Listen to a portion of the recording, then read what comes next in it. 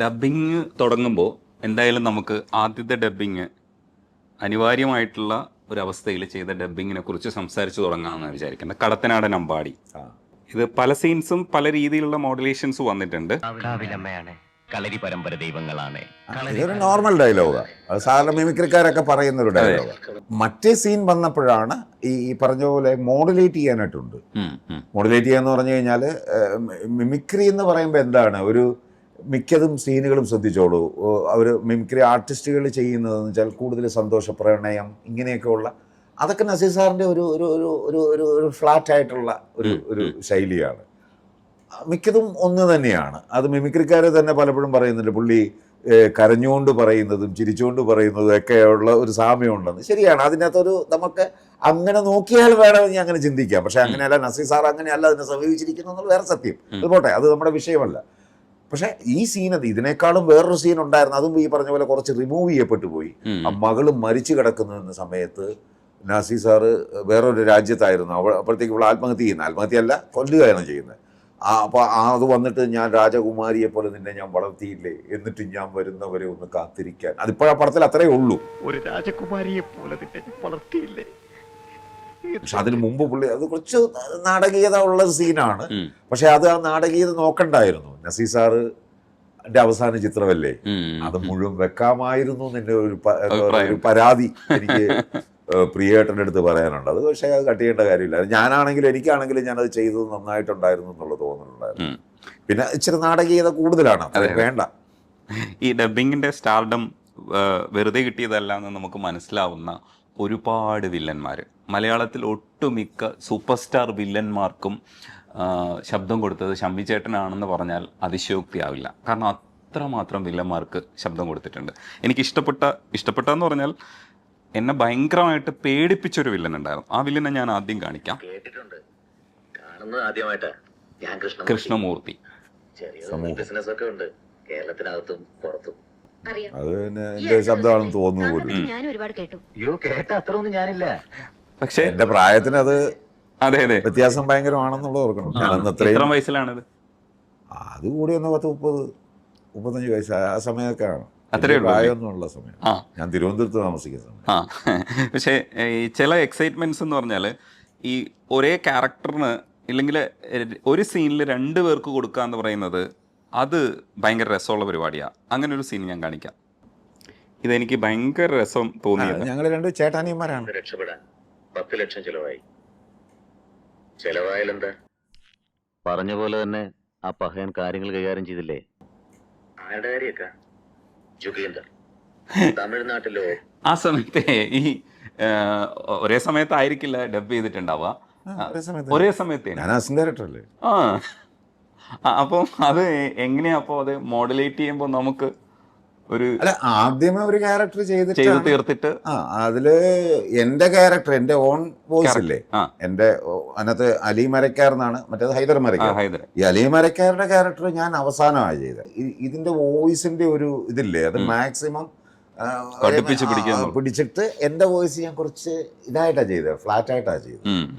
ആ ഡിഫറൻസ് കിട്ടാൻ വേണ്ടി തന്നെ. ഒന്നാമത് അത് അയാളുടെ അനിയനാണ്, കുറച്ചും കൂടി യങ്ങാണ്, അതൊക്കെ ഉണ്ടല്ലോ.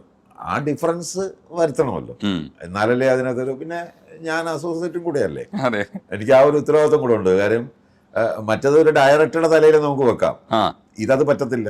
എന്നെ വന്നിട്ട് ഡയറക്ടർ ചോദ്യം ചെയ്യും. തീർച്ചയായിട്ടും നീ എന്തോ നോക്കിണ്ടാ, നീയാണ് ഡബ് ചെയ്തതൊക്കെ ശരിയാണ്, നീ ഇവിടെ മറ്റതൊക്കെ നോക്കുമ്പോൾ നീ നിന്റെ നോക്കിയില്ലല്ലോ എന്നുള്ളത് പറയത്തില്ല. അതെ. പക്ഷേ ഈ നമ്മൾ ക്യാരക്ടറായിട്ട് ജീവിക്കുക എന്ന് പറയുന്ന ചില സാധനങ്ങൾ ചെയ്യുമ്പോൾ അതിനകത്ത് നമുക്ക് കിട്ടിയൊരു ഔട്ടുണ്ട്. ഈ സീനിൽ അമ്പലത്തിലെത്തിയ ചൂതുവെട്ടില്ലെന്ന് പറയില്ലേ, കുട്ടിക്കാലത്ത് തായം കളിക്കുമ്പോ തൽക്കാലം അതുപോലെ വെച്ച് ധൈര്യമായി കിടപ്പം. ഒരു സന്ധി നീ ഒന്നും ഇവിടെ മിണ്ടില്ലെന്ന വ്യവസ്ഥ. ഇവിടെ വെച്ച് ഞാനൊന്നും ചെയ്യില്ല, അതിനെ കൈയടിക്കാം. ഇതെനിക്ക് ഭയങ്കര ഇഷ്ടപ്പെട്ടൊരു സ്പേസ് ആണ്. അവിടെ വന്നിട്ട് മോഡുലേഷൻ ചേഞ്ചസ് ഉണ്ട്. ആ ക്യാരക്ടറാണ് നമ്മളെന്നും ഈ ഷമ്മി തിലകൻ്റെ ശബ്ദമാണെന്ന് തിരിച്ചറിഞ്ഞ കാലമല്ല. അത് അയാൾ തന്നെ ആസ്വദിക്കായിരുന്നു. താഴ്വാരം അത്രയും ഒരു ഇൻ്റർനാഷണൽ നിലവാരമുള്ളൊരു സിനിമയാണ്. എനിക്ക് ഏറ്റവും ഇഷ്ടപ്പെട്ട സിനിമയിൽ ഒന്നെടുക്കാൻ പറഞ്ഞു കഴിഞ്ഞാൽ ചിലപ്പോൾ താഴ്വാരം എടുക്കും. അങ്ങനത്തെ ഒരു സിനിമയാണ്. ഭരതൻ ടച്ചുള്ള ആ അത് സിനിമയും ആ ക്യാരക്ടറിന്റെ ആ റോ ആയിട്ടുള്ള ഒരു സ്പേസ്, അയാളെ തേടി വരുന്ന ആള്, ബാക്ക്ഗ്രൗണ്ട് മ്യൂസിക്, അങ്ങനെ എല്ലാ തരത്തിലും അത് ബെസ്റ്റ് സിനിമയായിരുന്നു. അതിലൊരു ഒന്നാം തരം വില്ലൻ, ആ വില്ലനെ എങ്ങനെയാണ് സമീപിച്ചത്? ഞാൻ ആ സമയത്ത് ഞാൻ പറയാലോ, ഞാനൊരു സിനിമാക്കാരനാകാതിരുന്ന സമയമാണത്. ഞാൻ ഒന്നാമത് ഈ കൊമേഴ്ഷ്യൽ സിനിമകളുടെ ഒന്നും ഭാഗമായിട്ടില്ല. ഞാൻ ഓൺലി ഈ നവോദയയുടെ സിനിമ പടങ്ങൾ മാത്രമാണ് ഞാൻ വർക്ക് ചെയ്തുകൊണ്ടിരിക്കുന്നത്. നവോദയയുടെ ഒരു സ്റ്റാഫിനെ പോലെയായിരുന്നു ഞാൻ ആ സമയത്തുണ്ടായിരുന്നത്. അതിൽ നിന്ന് പുറത്ത് ചാടി ഞാൻ ആദ്യം ചെയ്തൊരു വർക്കാണ്. പുറത്ത് ചാടിയെന്നല്ല, എന്നെ പുറത്തേക്ക് കൊണ്ടുപോയി അവർക്ക് ബുദ്ധിമുട്ടുണ്ടാകാത്ത രീതിയിൽ അങ്ങനെ പോയിട്ട് വർക്ക് ചെയ്തൊരു പടമാണ് ഈ പറഞ്ഞ ഇതെന്ന് പറയുന്നത്. അപ്പോൾ എനിക്ക് എന്നെ സംബന്ധിച്ചിടത്തോളം എനിക്ക് ഈ സിനിമാക്കാരുടെ രീതികളോ കാര്യങ്ങളോ ഒന്നും അറിഞ്ഞുകൂടാ. ഇപ്പോഴും അറിഞ്ഞുകൂടാ, അന്നും അറിഞ്ഞുകൂടാ.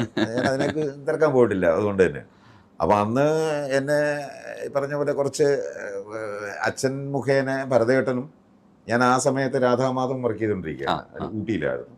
അപ്പോൾ അച്ഛനും ആ പടത്തിലുണ്ട്. അപ്പോൾ അച്ഛൻ ഡബ്ബിങ്ങിന് വന്നപ്പോഴത്തേക്ക് ഭരതേട്ടൻ അച്ഛനെ കാണുകയും ഫ്ലൈറ്റിൽ ഇരുന്ന് നിങ്ങളും സംസാരിക്കുകയും എന്നിട്ട് എന്നെ വിളിച്ചു. അപ്പോൾ അച്ഛനങ്ങ് ഊട്ടി വരുമ്പോൾ എൻ്റെ അടുത്ത് പറയണമെന്ന് വെച്ചാൽ, ഈ സമയത്ത് ഞാൻ ഊട്ടിയിൽ നിന്ന് ഒരു ഡബ്ബിങ്ങിന് ഈ കടത്തനാടനമ്പാടിയുടെ ഫൈനൽ ടച്ചപ്പിന് വേണ്ടിയിട്ട് മദ്രാസിൽ വന്നിരിക്കുകയാണ് ഊട്ടിയിൽ നിന്ന്.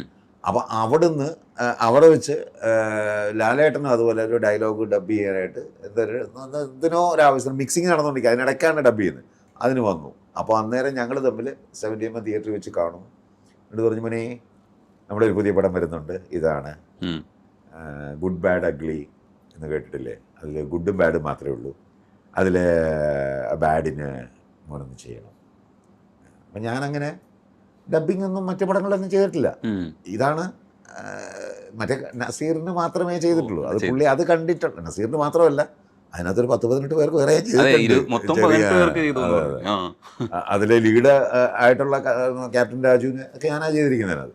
അപ്പം അങ്ങനെ ഒരു കുറേ അധികം ദ്രോഹം ഞാൻ ചെയ്തിട്ടുണ്ട്. വെച്ചാൽ അത് ശരിക്കും പറഞ്ഞാൽ അത് കോടതി അങ്ങനെ ഒരു നിയമം. കാരണം അതുകൊണ്ട് ഡബ്ബിങ് ആർട്ടിസ്റ്റുകളുടെ പൈസ പോകുന്നു എന്നുള്ളൊരു വിഷയം അതിനകത്ത് ഉന്നയിക്കാൻ പറ്റത്തില്ല. അതുകൊണ്ടാണ് അധികം ആൾക്കാരെ ഒന്നും ഉപയോഗിക്കാതെ മാക്സിമം ചെയ്ത് ഏറ്റവും പ്രൊഡക്ഷൻ കോസ്റ്റ് കുറച്ച് ചെയ്ത് തീർക്കണം എന്നുള്ളതാണ് കോടതി ഉത്തരവ് തന്നെ.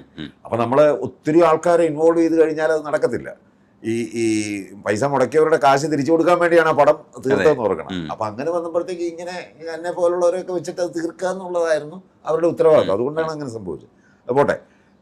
അപ്പോൾ അങ്ങനെ ലാലേട്ടൻ പറഞ്ഞതിൻ്റെ അപ്പം ഞാൻ പറഞ്ഞു, കേട്ടോ എനിക്ക് ഡബ്ബിങ്ങിനോട് അത്ര താല്പര്യമില്ല.